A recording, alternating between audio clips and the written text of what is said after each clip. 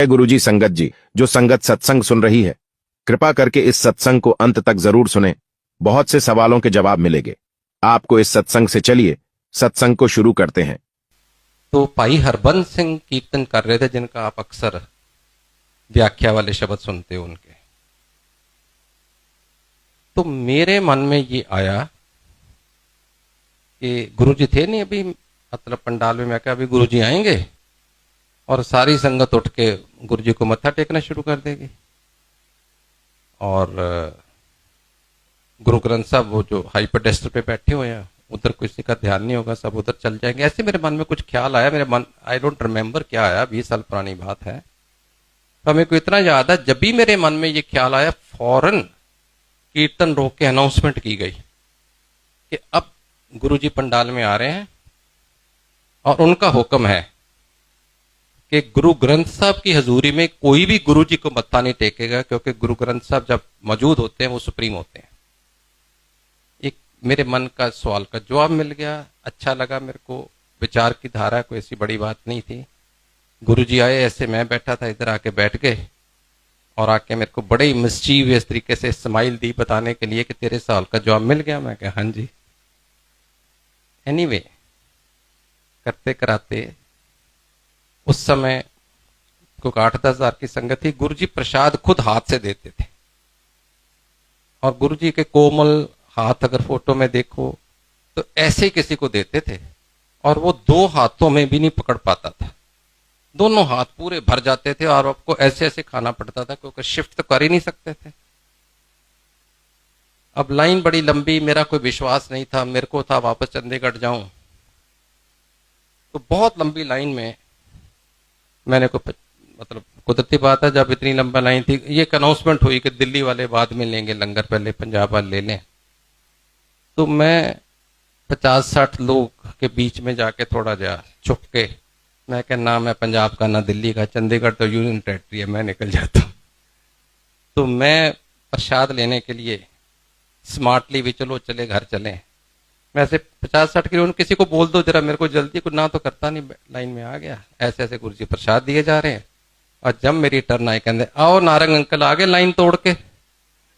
मैं तो देखता ही रह गया, फिर इन्होंने देखा कहाँ पे, मेरे को उस समय एहसास नहीं हुआ ये कौन है। आज पता है वो शिव हैं, तीसरी आंख से दुनिया देखते हैं, मैं किस बात की मूली हूं। लेकिन वो उन्होंने जब कहा ना, मैं कहा यार इन्होंने पकड़ दिया मेरे को। और फिर जाने के टाइम मेरे को कहते 7 जुलाई को मेरा जन्मदिन है, बड़े मंदिर लेके आई फैमिली नो। सब फिर 7 बच्चे मुंह से निकला। जब मैं 7 जुलाई को 2001 में दिल्ली पहुंचा बड़े मंदिर में, तो मत्था टेका, मैंने कहा मेरी आंटी है, मेरा बेटा है, नाली बिठा लिया पास, 5 मिनट 10 मिनट, बड़ी दुनिया आ रही है। गुरु जी का जन्मदिन बहुत बड़ा सेलिब्रेशन होता है बड़े मंदिर में, शिवरात्रि और जन्मदिन 2 बड़े फंक्शन होते हैं।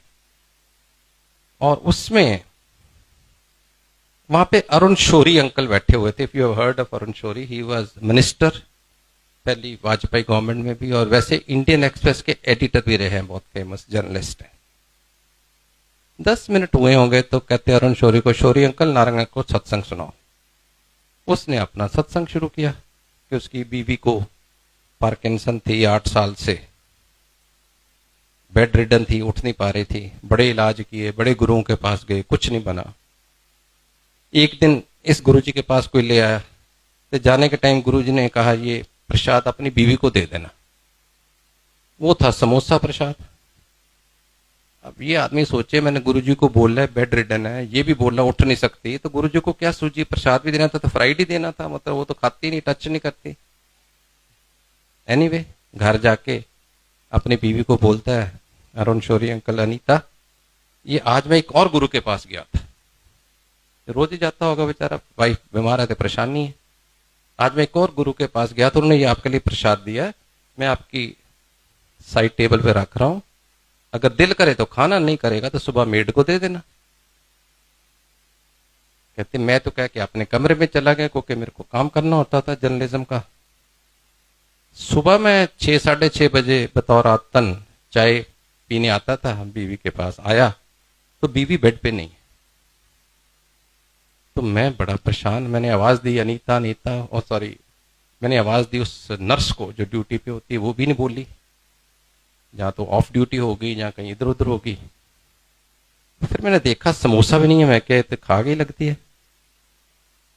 Then I said Anita Anita and she replied from the washroom, don't shout, I am in washroom.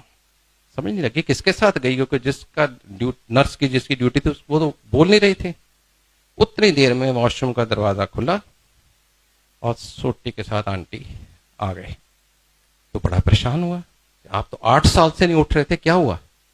कहती पता नहीं, आपने रात को एक प्रसाद दिया था, पहले तो मेरा भी कोई मन नहीं था खाने का, ऐसे रख दिया, और फिर 2 बजे 2:30 बजे मेरे मन में क्या ख्याल आया, मैंने उठा के प्रसाद खाया। अब मैंने भूल ही गई थी कि मैं उठ नहीं सकती, प्रसाद खाया तो मेरे को अर्ज हुई बाथरूम जाने की, मैं सोटी पकड़ी और चली गई। That was the beginning. अब यही चीज कोई ऐरा गहरा का कोई भी और संगत का सुनाता तो मेरे को विश्वास नहीं होता। मेरे को लगता है ये गुरुजी ने अपने कुछ टट्टू पाल रखे, स्पोक्स पर्सन है। आप में से कई सोचते होंगे मैं भी गुरुजी का स्पोक्स पर्सन हूं, कि उनकी सत्संग करते हैं, उनकी तरफ से पता नहीं क्या इनको मिलता है, ये जो गुरुजी का प्रचार। नो, पर उनको पता था गुरुजी को कि ये जो पढ़े लिखे लोग हैं, मेरे जैसे सो कॉल्ड पढ़े लिखे, अरुण शौरी कहेगा तो एकदम मान जाएंगे, कोई और कहेगा तो शायद नहीं मानेंगे। तो यही कारण था गुरुजी ने अरुण शौरी से ही सबसे पहले सत्संग कराया मेरे साथ, जिसमें मेरा, मेरी बीवी और मेरे बेटे को अटल विश्वास हो गया। उम्मीद है आप सबको आज का सत्संग अच्छा लगा होगा। अगर ऐसा है तो आप इस सत्संग को दूसरी संगत के साथ जरूर साझा करें। मिलते हैं आप सबसे अगले सत्संग में, जब तक के लिए सत्संग सुने और दूसरों को भी सुनाएं। जय गुरुजी।